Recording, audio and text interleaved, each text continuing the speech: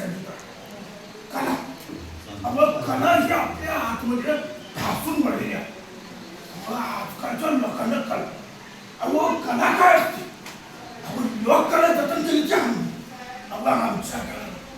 आमच्या काळामध्ये बाई फडवत बाई काय नाचत होती बाई